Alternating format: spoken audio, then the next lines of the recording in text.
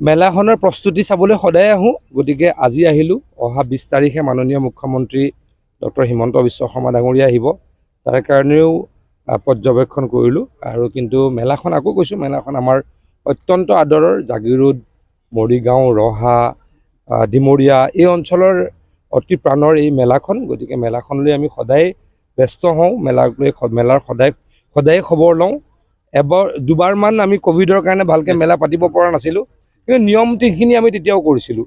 কিন্তু এতিয়া মেলা পাতিব পৰা হ'লোঁ যেতিয়া আৰু ভালকৈ পাতিব পাৰোঁ নেকি, তাৰ কাৰণে প্ৰত্যেকবাৰেই যত্ন কৰোঁ। আৰু এইবাৰ আমাৰ কাৰণে ভাল খবৰ, মাননীয় মুখ্যমন্ত্ৰী ডক্টৰ হিমন্ত বিশ্ব শৰ্মা ডাঙৰীয়া 20 তাৰিখে আহিব। তেখেতে আহি হয়তো এই মেলাখনৰ বা এই অনুষ্ঠানটোৰ, এই জোনবিল মেলাৰ অনুষ্ঠানটোৰ আৰু কি উত্তৰণ কৰিব পাৰোঁ, তাৰ কাৰণে নিশ্চয়কৈ চিৰিয়াছলি কাম কৰিব বুলি মই গভীৰভাৱে আশাবাদী আৰু বিশ্বাসী।